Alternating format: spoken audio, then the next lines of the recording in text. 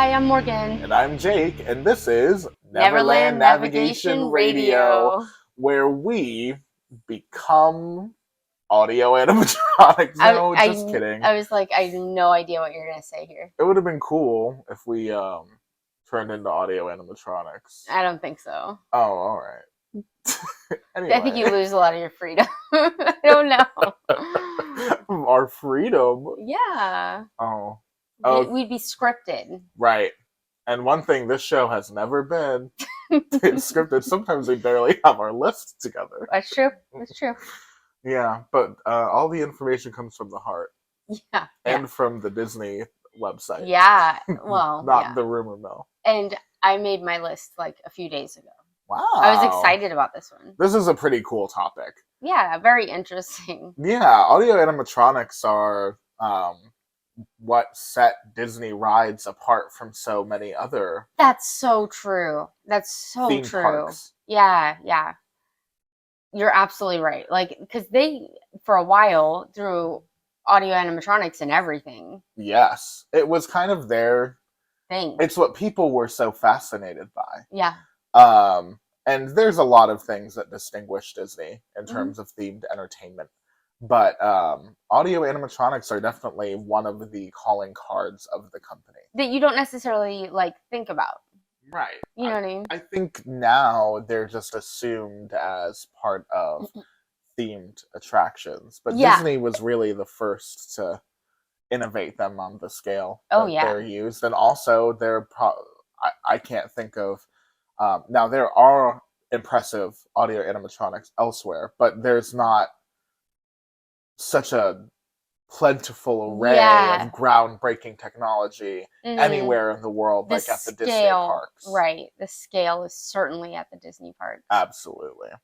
Yeah, and I mean, ranging from there still being some that were put there in the 70s, right, to brand new ones that go so far as to like walk. Right. Like truly fluid movements, super complicated movements, all the joints and the automation. It's really impressive. And I think the fluidity of some of the movements in the newer ones is kind of, mind-blowing and really what sets them apart. Absolutely. I actually kind of think it's cool that you can see such an array of the different... Oh, that was my phone. It fell down. It's okay, I got it. Don't worry, at home. It wasn't in that crack in between the driver's car side. seat. Yeah. Yeah, we're not driving. In case you were worried. Morgan, stop driving the car. We gotta do the podcast. It's cool that you can see some of the really basic A1, like, original figures. Yeah. Like in the Enchanted Tiki Room. Here, clicking. The Country Bear Jamboree, the Carousel of Progress. Yeah. All of the old rickety ones. I mean, it's still so impressive because they are the genesis. Hey, they're still there. Of a new form of technology, and they're still standing. They're still ticking. From 1971 or prior. Isn't in the that case crazy? Of some of our transplants from Disneyland. Yeah. Yeah. Yeah. That is crazy. It's a testament to upkeep. For sure. Maintenance, like artistic maintenance. Yeah. Taken on some of these. Pretty cool. And a lot of that maintenance is like super regular because the way that they're fabricated is they're just these robot skeletons and they've got this rubber skin suit and then they paint onto it, and sometimes it's just makeup, like regular old cosmetics, like on their faces. Oh, I didn't know that. So sometimes the touch-ups are super frequent, so it's really astonishing that for the most part they keep them in such good shape. Yeah. Do you think that the robot parts of the animatronic from the models from like the 70s seem to last longer than the newer ones? Well, I think time will tell on, these new ones. Do you think like they're breaking down more often? Yeah. It seems that way, but I guess it could just be a perception thing. Yeah, I don't know. I think that it is bound to happen with some of these more super complicated ones. That's they're calling the A1000 models that are super fluid. in their movement, I think they are more destined to go wrong because there's so much technical mumbo jumbo that makes them be able to do those incredible things. Right. And in some cases now, we've seen rides developed with B modes for the entire purpose of what happens if this thing goes down and we have to create a diversion.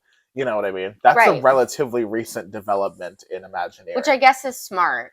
But well, yeah, when you're putting so much stock into these billboard animatronics that are supposed to operate, at, I think honestly, the one event that set that precedent in motion was probably the structural failure surrounding the Yeti in Expedition Everest. Yeah, you're probably right. Because he was supposed to be this hallmark attraction of the attraction. He was supposed to be the real headliner. The whole thing. This larger than life, never seen before, incredible thing.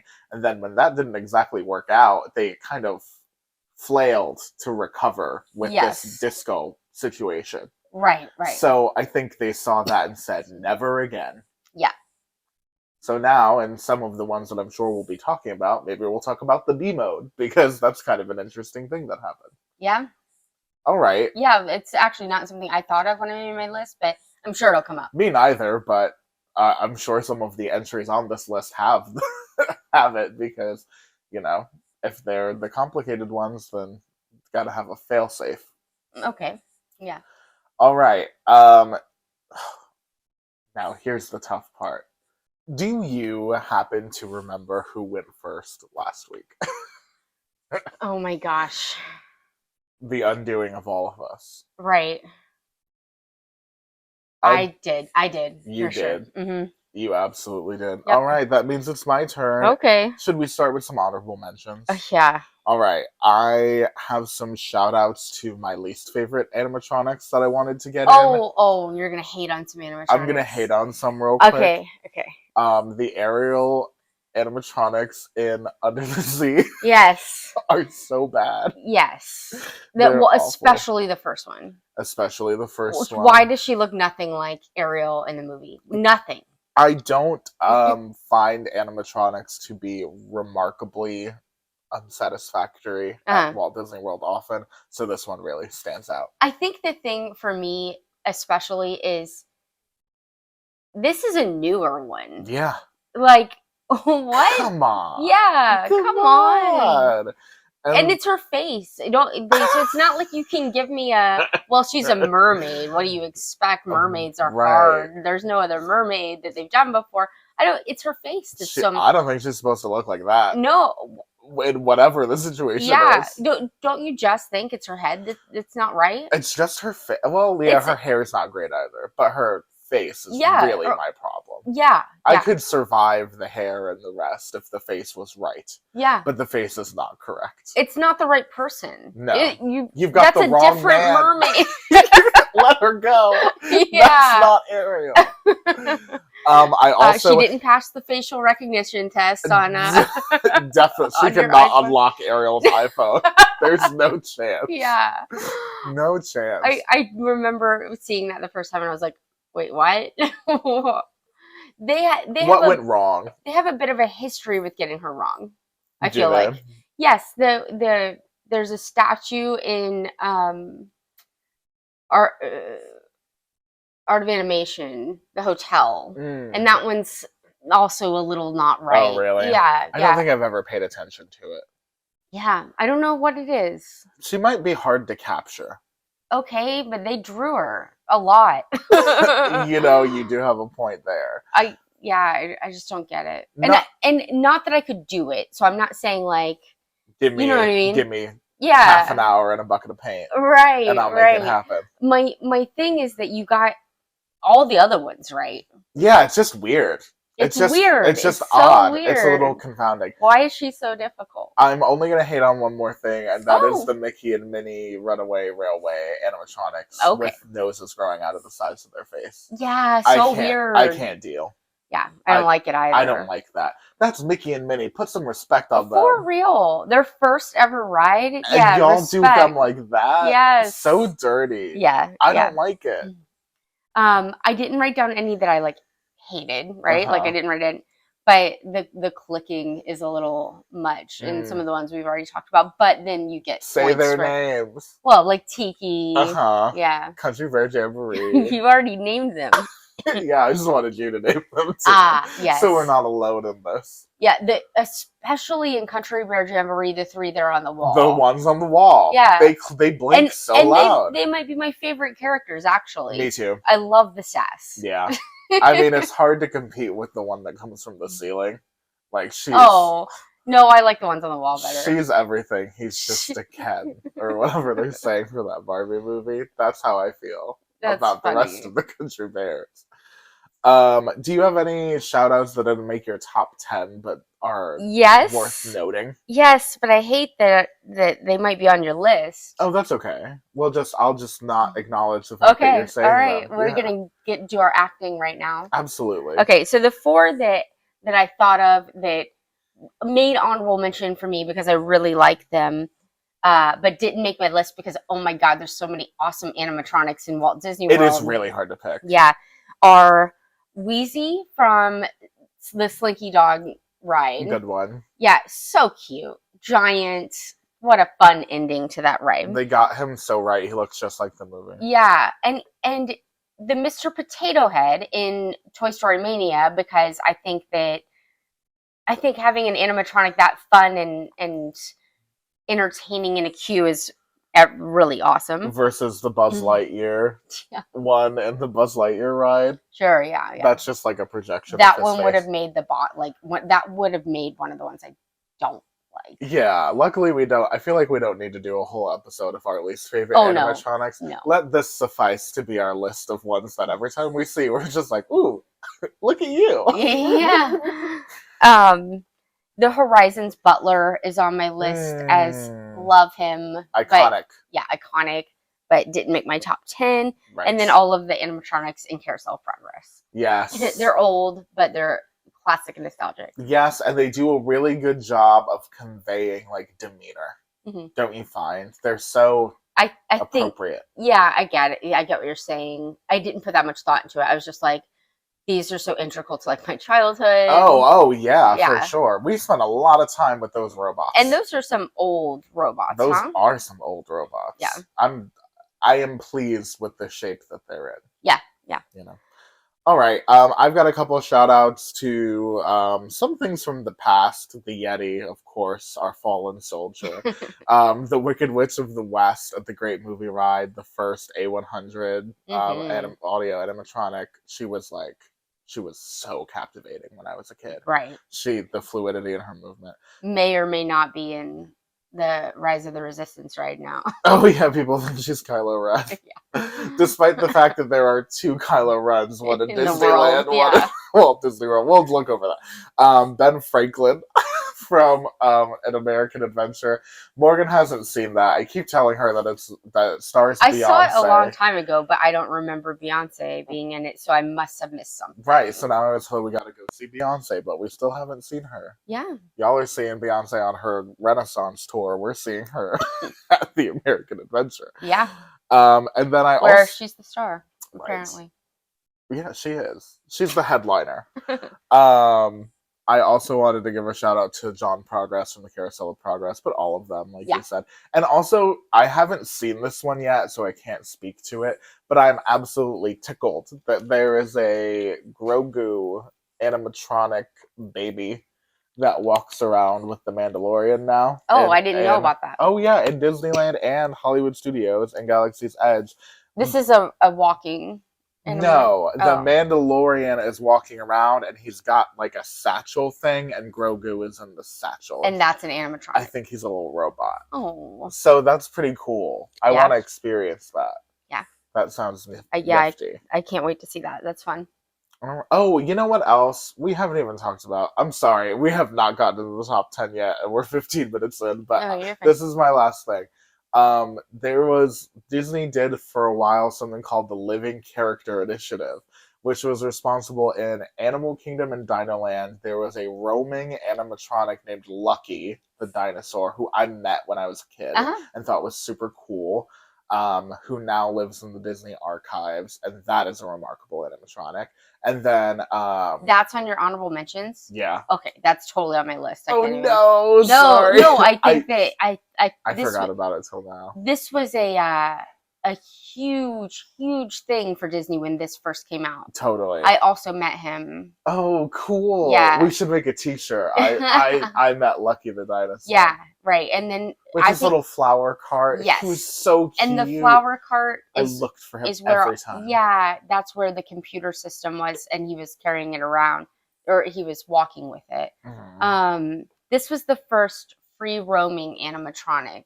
So mind-blowing. So this was huge. Yeah. And weird because they haven't really done it since. No, well, did you ever get to see the Muppet Mobile Lab one that they did in Epcot? No. This was before they took out the Fountain of Nations over there by where like Club Cool and Starbucks used to be.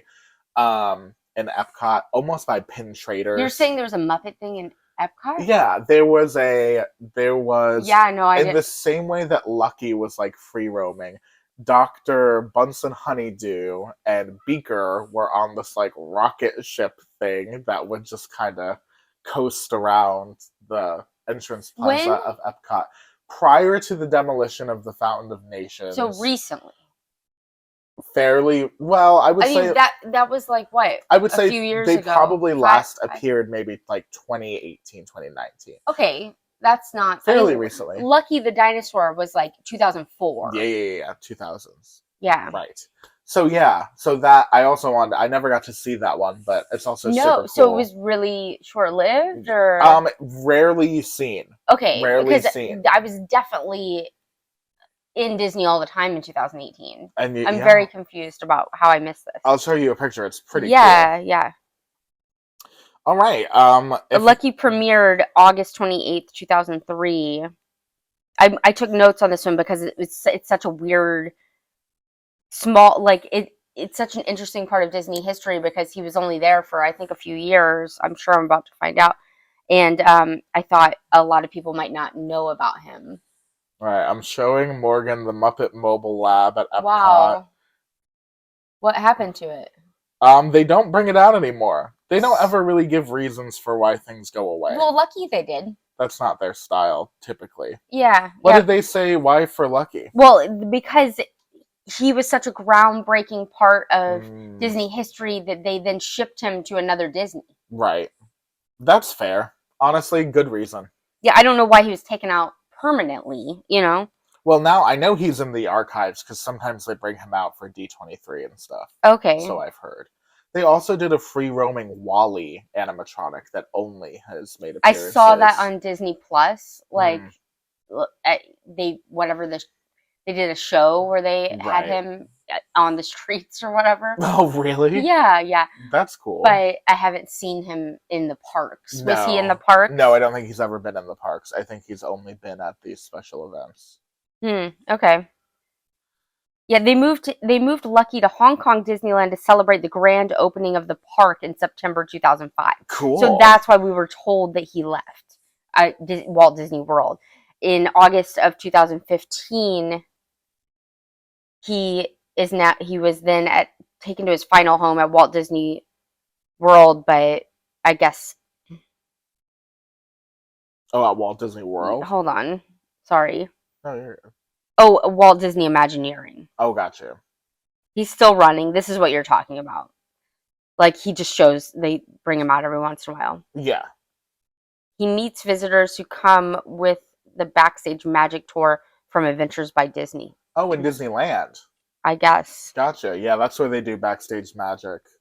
They do Disneyland, Southern California. And then I guess part of that is getting to meet Lucky. Yeah, so we only had him for 2 years, and then he got moved to Hong Kong. So, cool. Interesting. Yeah, really cool. Nifty little piece. Anybody out there meet Lucky? Right. Were you there those 2 years? Yeah, I think we're in part of a kind of a small club. I think so, too. That's why I like copied and pasted some different notes about him, because I was like, this is not something people know about. No, yeah, he's pretty Lucky is interesting. Mm-hmm. All right. I'm going to go first. Yes, yeah. My number 10 is Elsa from Frozen Ever After. She would be higher on my list, but now I have seen I believe this is Hong Kong or something. Yeah, it's one of the Asia Disney. They're getting a Frozen Land and they're getting a Frozen Ever After, and they have an Elsa with a fully articulated face. And she looks incredible. And like, I think that I don't mind the screen face projections. Hey, when it first came out, mind blowing. Yeah, we thought it was really cool. But like, it shows you how quickly technology changes, and when you see like what it can be, you want the new thing. So Disney's playing with fire a little bit with this constant, upping of their own technology. But you can't deny that it's incredibly lifelike what they're doing over there. Yeah. Yep. Okay, so now I go to my 10. Sure. Oh, okay. My number 10 is actually, I think you mentioned this as an honorable mention, but I had to put the Yeti on as my number 10. Yeah. And I get that he's not living up to his full potential, but he's in retirement. Yeah, he got an early retirement. Good for him. There were big plans for him to, be the star of the show. Swoop. And it didn't. Reach. Yeah, that didn't really pan out for them. And now he's like a static figure, but he's huge and still, I don't know. If I were a kid, I'd still be scared of him. Yeah. And I do think that the strobe light effect that they put on him does make him look like he's moving a little bit. I get that he's not. Yeah, it does a little something. Because you move through that part so quickly. Yeah, that is the struggle. And it was lit better before so that you could see him for longer. Yeah. Before I'll bet he stopped working, but now if you're gonna put all this money into this giant animatronic, you're gonna want to see him for more than 1 second, which is all we really see him for. Right. It's such a shame that it didn't work out, because Expedition Everest would still be a much more major draw, I feel, if it would have worked out. Yeah. I love that ride. Me too. Yeah. I went on it last week. I love it. It's a good one. It's a real, like, the story of it is great. The feels are great. Yes. All right. My number 9 is Mr. Potato Head from the Toy Story Mania. Okay. Yeah. What I think is cool about this one is that he can take off parts of his face and rearrange them. Yeah. Oh, wow. That's pretty cool technology. I've heard him tell jokes and stuff. I didn't know. I have not seen that. He can, like, take off his ear. Oh, okay. Like, with his hand. Yeah. Oh, wow. It's pretty cool. Yeah. Yeah. This is a very impressive in-queue animatronic. Yeah, there's always something about an in-queue animatronic when I'm like, what are you doing here? In-queue animatronic? I appreciate. Fancy. Yeah. No, I do too. I just feel spoiled. I'm like, oh, in the queue? Yeah. Wow. Yeah. Budget. Fancy. Right? Is it mine? Yes. Okay, for my number 9, we're going to start getting into each other's stuff, I bet. Although, I don't know if you would have put this one on there, but I put Snow White. And here's why. Aww, is this on your list? No. The reason why is because Snow White is in the Mine Train roller coaster these days, but she's a transplant from the Snow White Scary Adventure, which was a ride that had been there forever. Yeah. Done really well. Her face looks right. She passes the facial recognition test. Absolutely. And I just think it's a cute piece of history. Yeah, I am really glad that those animatronics from Snow White's Scary Adventure ended up. I love it when they do in Seven Dwarfs Mine Train, instead of just kind of sitting in Imagineering or being dismantled or reskinned or any of those things. And I also think that those animatronics are just a delightful little finale to that ride. I like how they put them right at the end to be kind of just like a celebratory. Oh, look, it's Snow White and all her friends. I love that they put animatronics in a roller coaster. Yes. It doesn't happen very often, right? Not since the Yeti. Oh, yeah. I did just mention one. But in this one, there's multiple. Yeah. You know what I mean? And I really like that. Even in the other classic roller coasters, there weren't very many. No, I mean...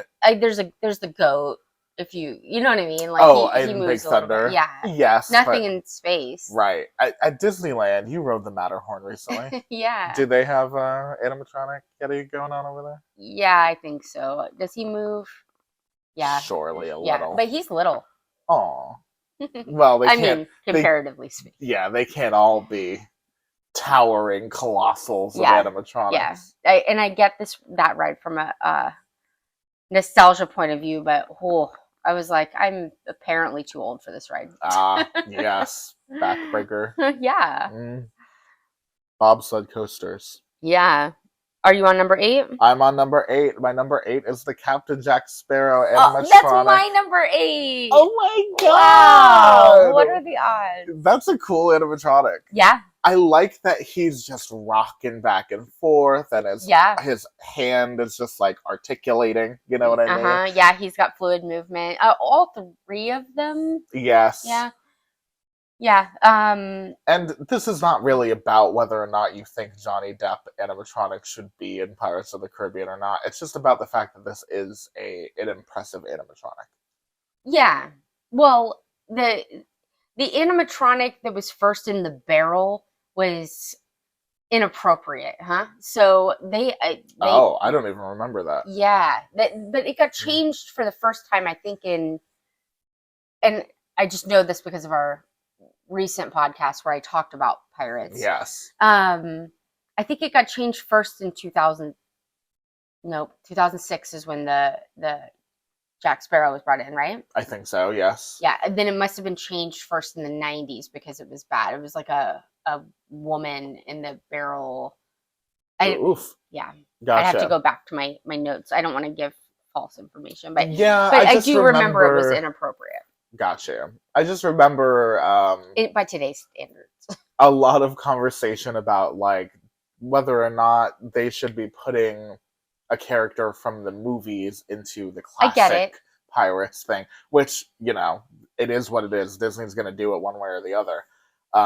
But I just think that the reason this is on my list is not because I particularly care. It's just because I think this animatronic itself is so like Johnny Depp's mannerisms in the movie are so, you know, flowy and fluid. And I think the animatronic does a really good job of capturing that. I agree. Impressive. It captures kind of his personality in movement. And I would have been upset if they had changed the Pirates ride entirely because of the movies, because that doesn't make sense. But just to add him here and there, I personally didn't have a problem with that.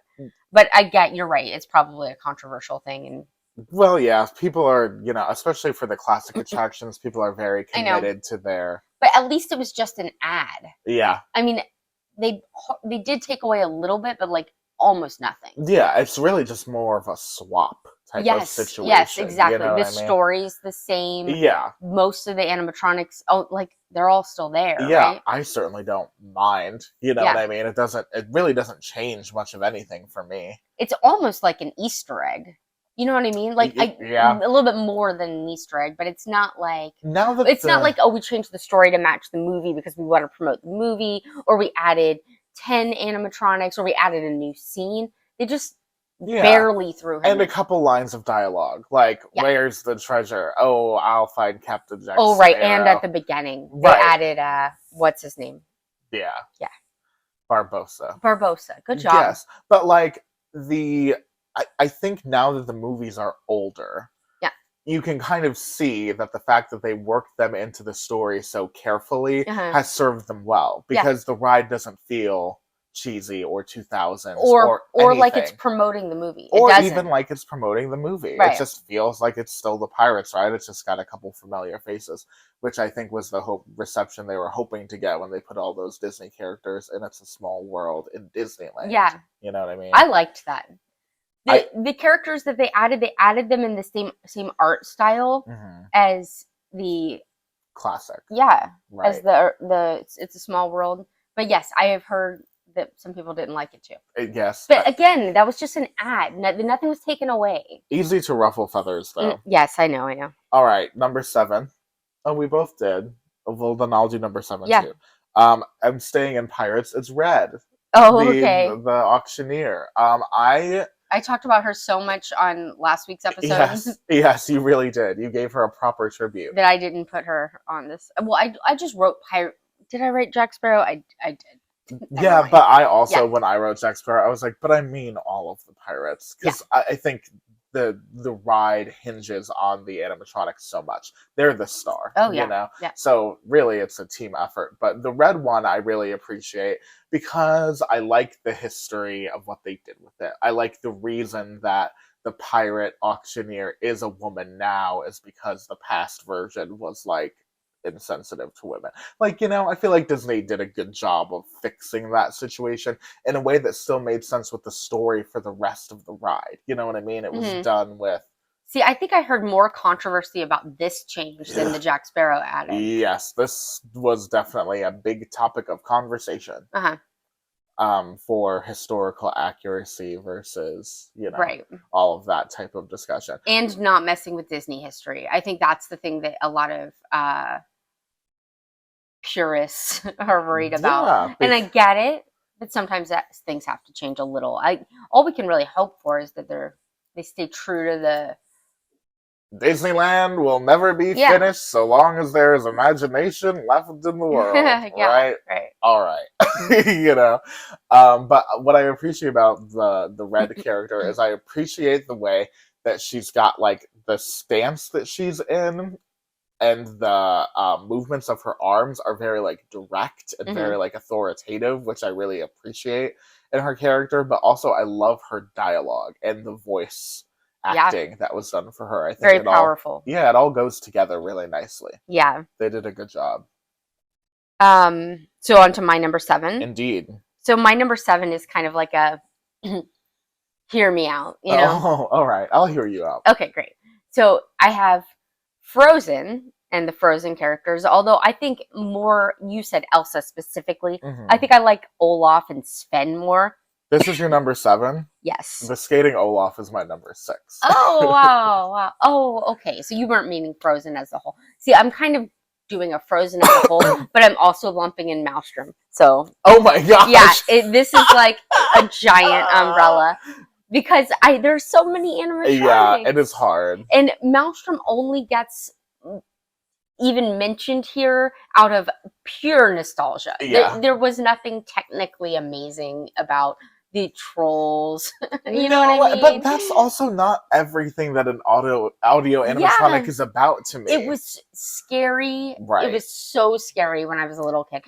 Maelstrom was still around when I was a little kid, and I had like nightmares about it. Every part of the ride was scary to me. The trolls were scary to me. The oil field at the end is so scary. Creepy, for kids, right? Because and at the beginning I was reading about this ride, and when the ride first opened, they simulated a rainstorm in that room even further, to the point where they had gusts of wind that would blow in guest faces, and torrential rain that would fall on them and get them all wet. Oh, really? And lightning strikes in the room and stuff, and it was too scary. Yeah. So they cut a bunch of it. Yeah, I don't remember that. Because that's all a lot. They still blew the wind, I recall. That and part, mist. When you said there's that, mist and wind. Yes. But it used to rain in there. Oh, wow. And blow wind and do lightning effects, and kids would just come out absolutely screaming because that's so scary. And it was so realistic because it was just a big dark room.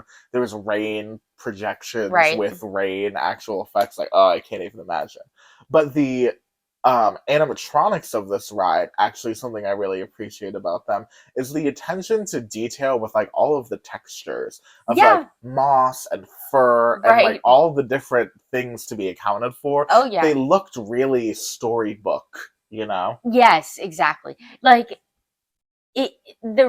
realistic, but in a storybook kind of fantastical way, was to a point where you could almost smell the bad smell that they would have.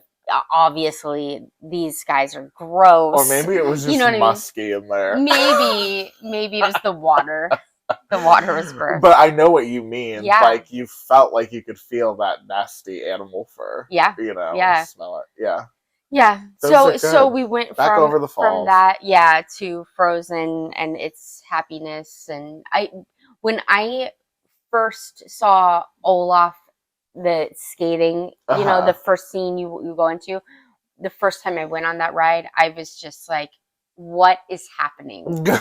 He is moving. Yeah. You know what I mean? It is really, whenever they all do over that. He's moving. Yeah. I know. Whenever they do that walking or gliding or anything like that with the animatronics, I'm always so impressed. I'm always so impressed too, because like what we're used to is an animatronic that sits or it stands and it talks and its head, you know what I mean? It does the things. And maybe its hands move or its arms move, but it's not like moving from one part to and one section to another is like, wow.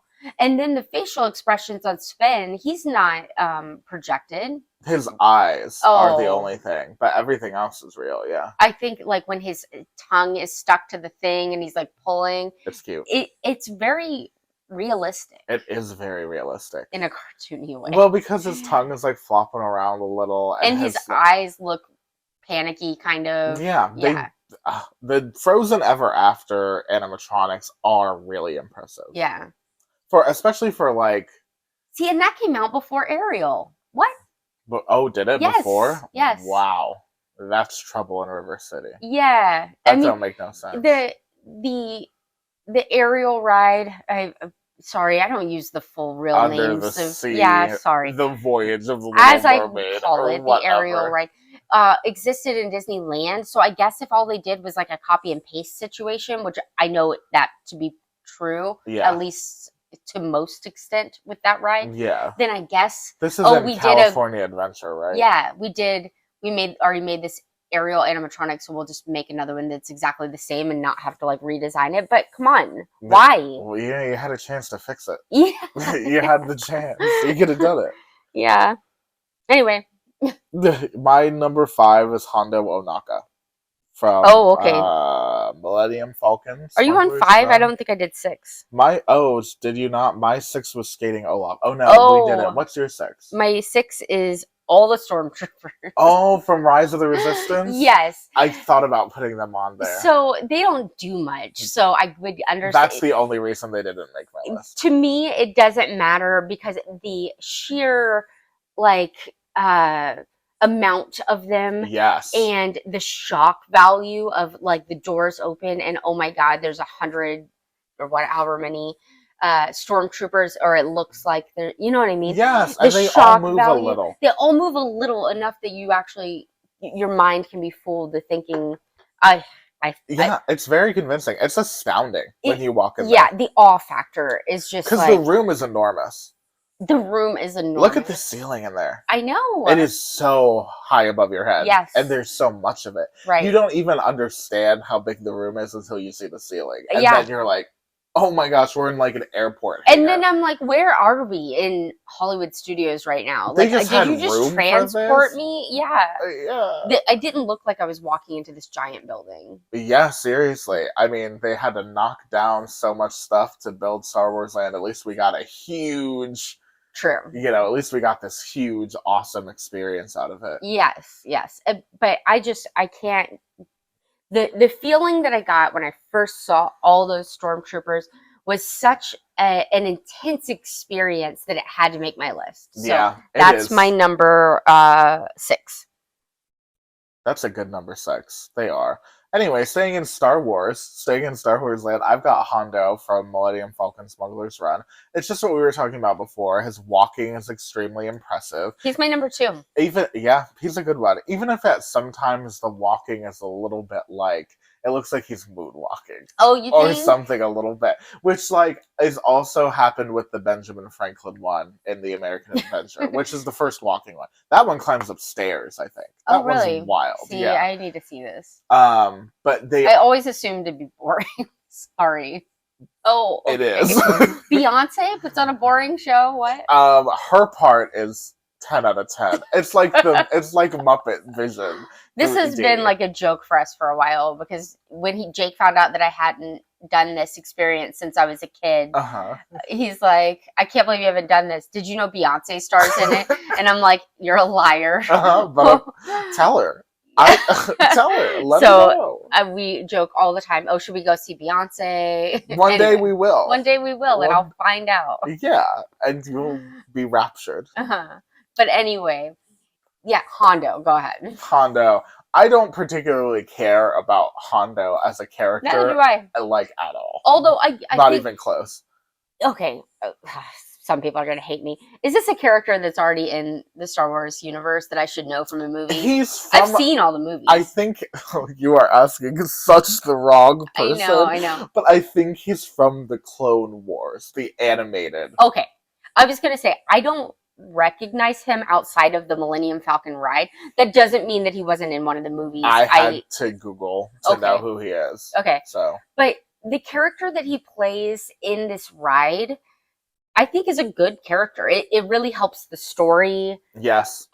Whoever's doing his voice does a great job. You know exactly what the vibe is. Yeah. You know? Yeah. You understand you're helping the smuggler. What's this, like a gravelly voice that you would expect on a, Yes. He's somebody that leads the bad guys. Right. Well, not the bad guys. The smugglers. The smugglers. Yeah. Yeah. The dangerous. Right. People who are doing the, Yeah. Yeah, I think he really fits the bill. That animatronic, this one has a B mode. Oh, yes. Because we were there for B mode last time we did this. He was not functioning what a letdown. At all. So what did they do? They covered him up or something? Yeah, I think you saw a video, right? Oh, that's right. They put up a video. Right? Of just him talking. Yeah. Yeah, kind of a boring B mode. Well, it's something. At least it's not just you walk through that room. Yeah. Yeah. Still serves the purpose of a pre-show. This is another one that made my list because of the intense feeling and reaction I had when I first saw this animatronic. Yeah, he's impressive. When you see it the first time, the movements, you're like, wow, he's doing all that. Yeah. Yeah. What's happening here? Am I really seeing this? Is this real? It is. Yeah. It is wild. He's a good one. He's a really good one. Even if you don't care about Star Wars, that animatronic is so good that you just care about how cool it is. Yeah. Well, yeah. And I mean, I care about Star Wars. I'm just not like the person that's seen them all. Me. Yeah, okay, got it. You don't care. I like the aesthetic and the universe and the world building of Star Wars. I think it's all really cool. I just have a problem focusing on long movies, sci-fi movies. And there's a lot. Yeah, and there's a lot that I have to constantly be paying attention to, and that can be rough for me. Yeah. So they're just not really my preferred means of entertainment, but I've seen all of them. Right. It's not that I'm not aware of them. I think it's harder too with Star Wars and Marvel. I like them all and I've seen them all. But even with that, I'm constantly having to ask my husband or Bailey, oh wait, what happened in the last one? What is that? I feel like I've seen this person before. Yes, Can you tell me who they are? Yeah, right. How does this connect to the other one that we saw? Because it's all connected. I feel like my own mom being like, I know this actor. He was in that one thing. Do you know what I'm talking about? Yeah. And I'm like, absolutely not. Luckily, usually my husband 100% knows what's going on. Yeah. Right. That's nice. You have to know somebody that can fill you in. Yes. Yeah. If you're like us. Right. If you're overwhelmed by the Star Wars universe. I'm saying, even if you've seen them all, it's a lot to, remember. You're trying to remember movies and TV shows and stuff that you've seen years ago.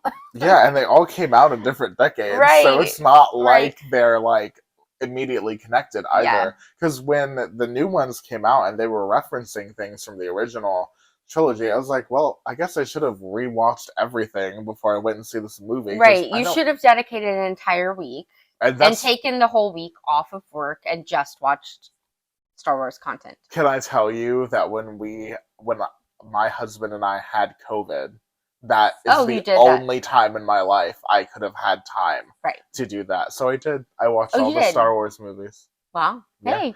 I did not. I have. So you couldn't even get through all of the Marvel movies in a week. No. And the shows and stuff like that.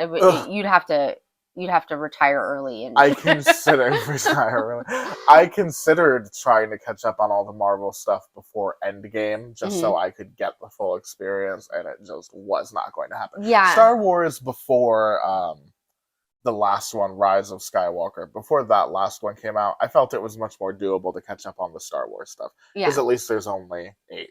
Yeah. Well, now there's 9. Right. the Marvel stuff between the series and the movies. Yeah, and the, right. And it's all connected. It's very impressive to me. There's that but meme. I just don't have the memes. There's that meme out there about like kids in the future trying to catch up with Marvel and then like 157 movies. And seriously, what are they gonna do? Yeah, they're gonna buy our textbooks. Catching up. Yeah, somebody needs to come out with, and maybe Disney, like Cliff Notes, like but movie version or video version. A dummy's guide to Marvel. Yeah. Dummy's guide to Marvel. Well, they wouldn't say dummy. Right. But like if they did some sort of Dumbo's guide. 5-minute thing for each of the movies, and that way you could kind of consume the basic here's what you missed on here's Marvel. What you need to know. Yeah. Yeah. Even if 5 minutes from each movie wound up being like 3 hours, I would do that before going to see a new Marvel movie. Why not? Yeah, why not? Might as well prime yourself. You're going to sit in that theater and wonder what the heck is going on. Right, so you might as well. Yeah, but I don't have the time to sit and watch all the Me neither. I wish. Even if it's like a new, I don't remember what the last one was, but Spider-Man. It was like this. I rewatched. No, I watched for the first time the Tobey Maguire Spider-Man movie. No, not the Tobey Maguire, the new one, the Tom Holland Spider-Man movies, so that I could see this latest one. It was good. Yeah, so you watched all of the old ones. Well, I had already seen all of the Tobey Maguire ones. Yeah. I had not seen the Andrew Garfield ones. I hadn't either, right. Yeah. But then, like, the Doctor Strange and the multiverse movie, when that came out, Bailey was like, okay, you need to remember everything from Doctor Strange, and you need to remember everything from WandaVision. And you probably need to go back and watch the Avengers again, because that's when Wanda first showed up. And I'm just like, it was a lot. Yeah, that's a big it was more than those. I just can't remember. Yeah, and to be honest, I really enjoyed that movie, having only watched WandaVision. That is the good thing. You can enjoy it separately. It's when you're around the people that are Marvel super fans, and they're I hate that. When we're watching the movie and they're like, and I'm like, or do you remember that guy? And I'm like, no. Who is that? Yeah. Tell me right now. Yeah. Who I'm looking at. We can either pause it and you tell me. I can't Google this. Do you remember this person? Theater. Do you remember what happened? No, but it's still good. I'm good. I'm having a great time. Yeah. I don't know who I'm looking at. The last Ant-Man, Bailey was like, the bad guy. She's like, do you remember that guy? And I was like, no. Sorry. Does it rhyme with? Do I need to? Am I going to make it? I remember the daughter. Oh, yeah. She's so cute. I've got a stronghold on like a couple characters. Yeah. That'll get me through.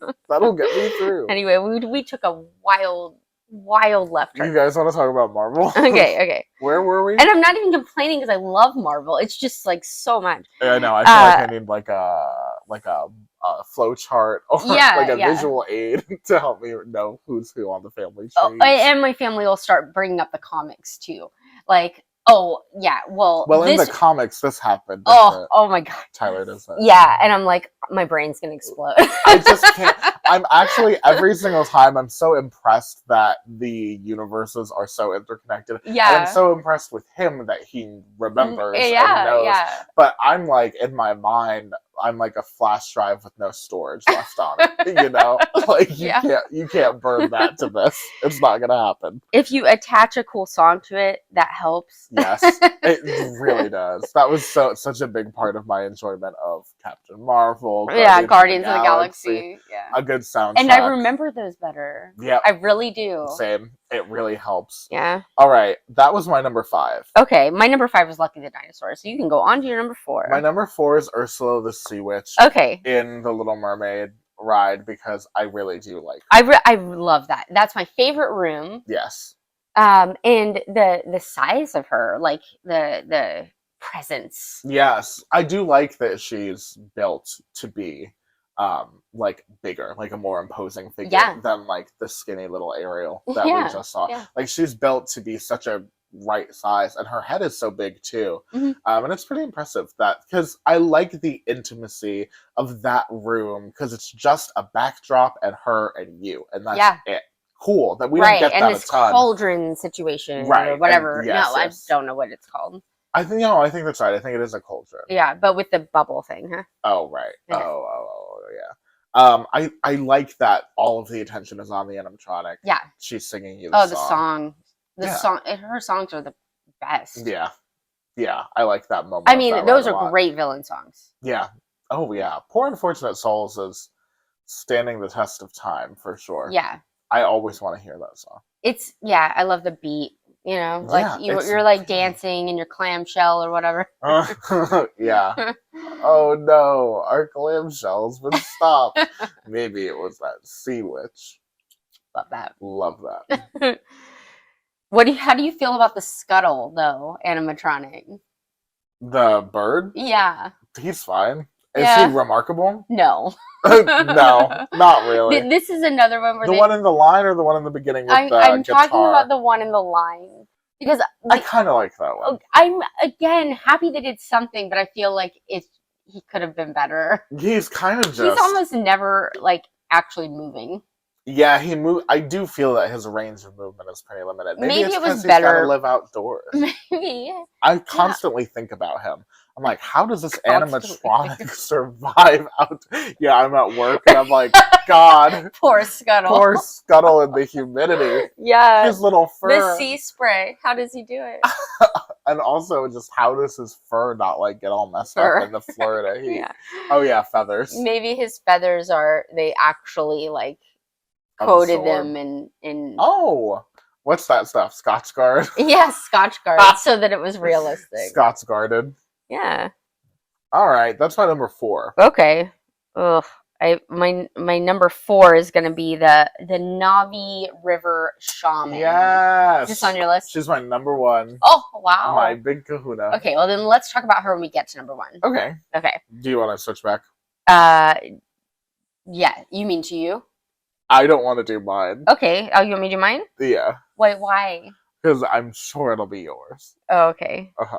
Okay. Then I'll go ahead and go. But, what's your number 3? 3 is the Hatbox Ghost that we don't even have yet. This is like me cheating. We don't even know where it's going. I'm so excited. I'm so excited. I'm like buzzing with excitement. Well, you've ridden the Haunted Mansion in Disneyland, so you know about her. Yeah, you've met the Hatbox Ghost. I have, and he's amazing. So there you go. I want to know where it's going. Even if it's a replica, it'll be amazing. I'm sure it will because this is not a 1970s animatronic. No, this is new. Yeah, like within the past decade. They planned it at the beginning, right? But they couldn't figure it out at the beginning. They built it. It was in the ride. Well, it could not have looked like what it looks like now because it is like it's amazing now. No. It's got that projection technology, I think, like Elsa. Interior screen projection. Yeah, and his head is on his body and then switches to in the box. I can't wait. I am so excited about it that I was like, I'm just gonna put this on there, even though we don't have it yet. It's got to be in the works. It's in a factory. He is one of the most iconic Haunted Mansion ghosts, and I love that our Haunted Mansion is getting something to at least try to compete with Disneyland's we can't far compete. Superior Haunted Mansion situation. Yeah. Because they're winning that one hard. They are. I'm just glad we get the ghost. He's cool. Yeah. I guess they could give us Haunted Mansion Holiday. I don't see why they couldn't. The reasoning that I've heard is that Disneyland can withstand downtimes on major attractions more because it has lower attendance. It actually makes sense. And it's a locals park. They shut it down for a hot minute. Right. Every single year. Imagine Magic Kingdom if one of the rides was down for an entire season. Well, they do that. Well, yeah, they do for scheduled maintenance, but never 2 at the same time. Yeah. So they would have to have... Well, I could see... You know what they were waiting for? Tron to be done. Because now all this construction is over, so now they can close something else. So now they're going to close Haunted Mansion to put the Hatbox Ghost in it. Well, that won't take long. No, surely not. But when they switch everything over to the Nightmare Before Christmas, the Haunted Mansion Holiday, and Disneyland, I feel like I've heard that they closed down the Haunted Mansion for weeks to put all the stuff in. I guess I can look. That would be tough for us. Yes, that will be a long unnecessary maintenance. You know, how I'm sure they're looking at it as unnecessary maintenance. Yeah. They've got stuff that's going to be closed down anyway. Because Splash Mountain's also closed right now. Yeah, I do think a lot of times there are more. There can be more than one if it's for maintenance, but they do try to limit it. Yeah, because there's only so many places guests can go. I think they try to do only one of the big ticket ones. Yeah, I think that's what I mean. Yeah. I don't care if they close Monsters Inc. Loft Floor for a minute. You know, because they close. Would anyone even notice? I know, and they close Hall of Presidents all the time. Yeah. For months and months. Yeah. Sometimes years. Because every 4 years. They gotta put in. Or every 8 years, yeah. Depending on who gets reelected. Yeah. You know? I assume at some point that'll go. The Hall of Presidents didn't make your list of your favorite. Oh, no. My favorite animatronic is Howard Taft. Yeah. You know, I didn't even think about it. I did think about it, but some of them are bad. Some of them don't move at all. That's why I didn't put them on there. Like the Donald Trump one, I don't know. He doesn't look like Donald Trump at all. Oh, okay. It's just not a good cast. It's not a good animatronic. He got the same people that made Ariel. Clearly. Yeah, just sometimes it's a little funky in there. Should we shout out the great moments with Mr. Lincoln, Abraham Lincoln animatronics, since he was it was really cool at the time that he could get up. Absolutely. And it was like such a new and exciting thing. Yeah, he has his own attraction, you know? Yeah. One animatronic has its own. And he was Walt's the favorite, attraction. Yeah. Yes, Walt's favorite president, right? Yeah, well, and Walt just really, really looked up to him since he was a child. Like, when he would do school stuff, he would dress like him. Aww. You know what I mean? And would do reports on him. So he chose to make him. You know what I mean? This is so important in Walt Disney history because of Walt's love of Lincoln. Right. So, yeah. And then we get a cool tribute to that in our Carousel of Progress when our Lincoln's... our Hall of Presidents when our Lincoln stands up. Yes. Yeah. The Haunted Mansion typically closes for 2.5 weeks in late August to be turned into Haunted Mansion Holiday. So that's just a really long time. Yeah. So I do get it. I get it, but it sucks. I really wish we had it. Do it faster. Yeah. I command you. Well, we're moving slower as time goes by because it used to be the biggest thing ever that they could turn into Christmas overnight.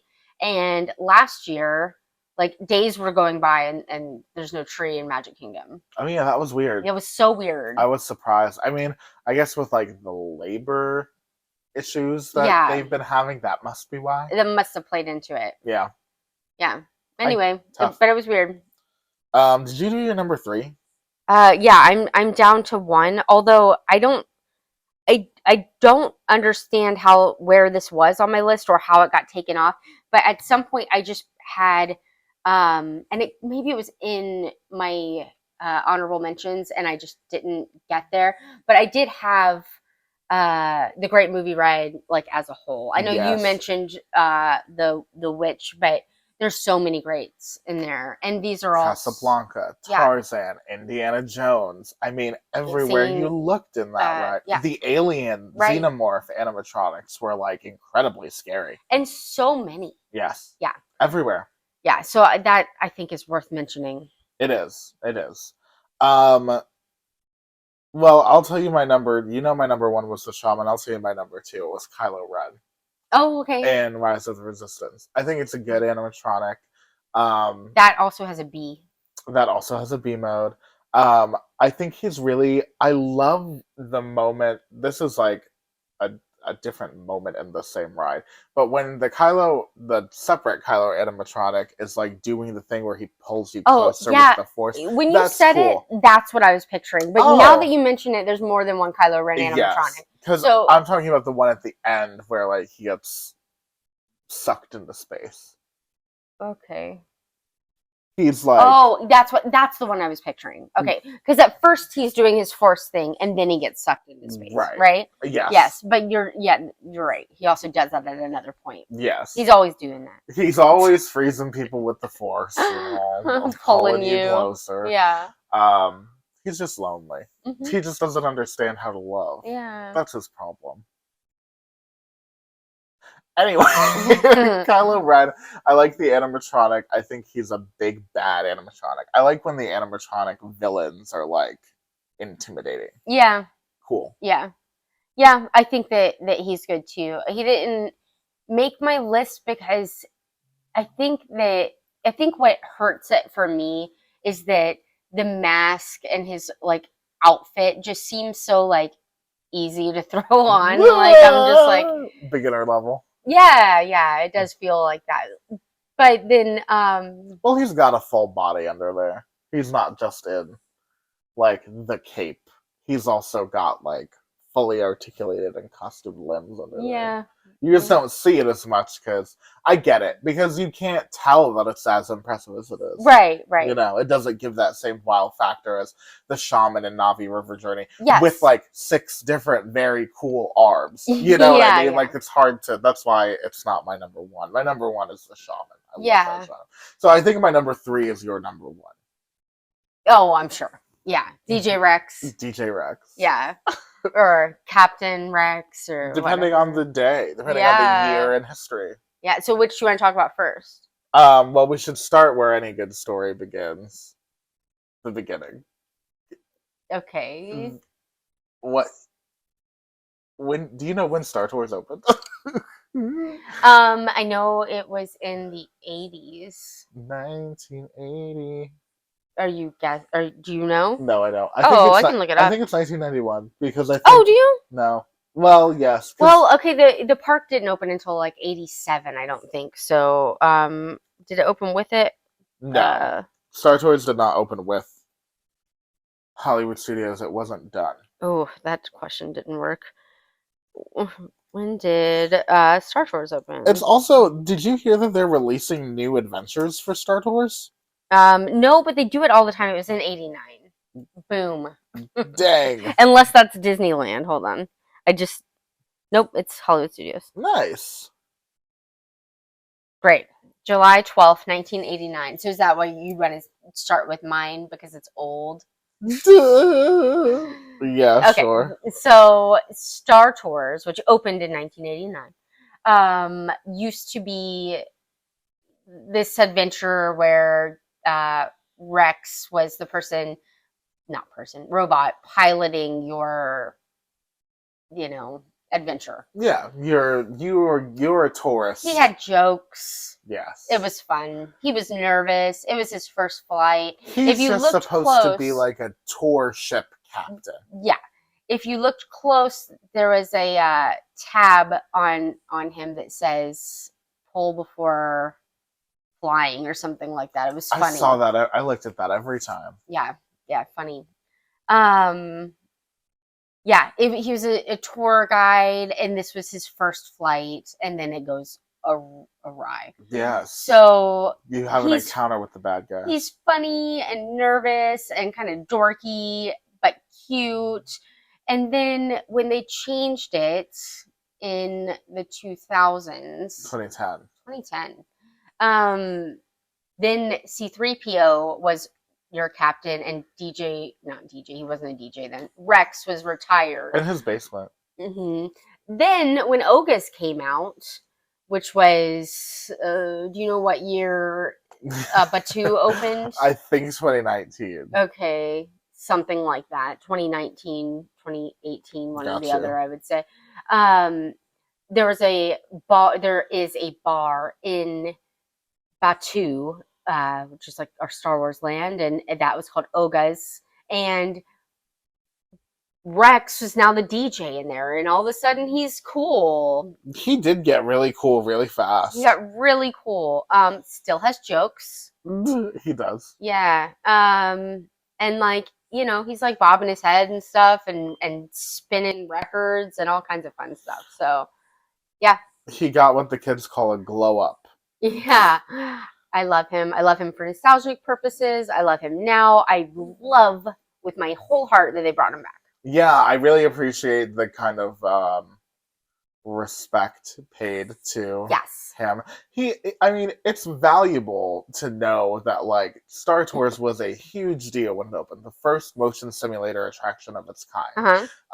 A George Lucas directed film, original Star Wars and characters. At this time, Disney did not have they didn't own Star Wars. Right, they didn't own Lucasfilm. It was 100% a contract agreement between George Lucas and Michael Eisner, who, wanted to head up with a really innovative thrill attraction at MGM Studios, and now you've got the birth of Industrial Light and Magic, George Lucas's special effects company, their first foray into themed entertainment, and it's Star Tours, and it's like incredible. I mean, the fact that it has such a cool history, and the fact that they took the character and preserved it, despite the fact that they were going a very different direction with the Star Wars, theme.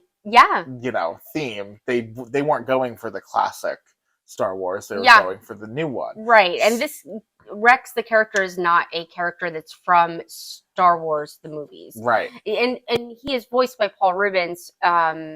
So I just think it's even DJ Rex is voiced by Paul Rubens. So. Right. They got Paul Rubens back to do the voice, who is Pee Wee Herman, if you didn't know. Right. Kind of. And you're old enough to know who that is. Oh, surely they do. Yeah. I feel like, who knows?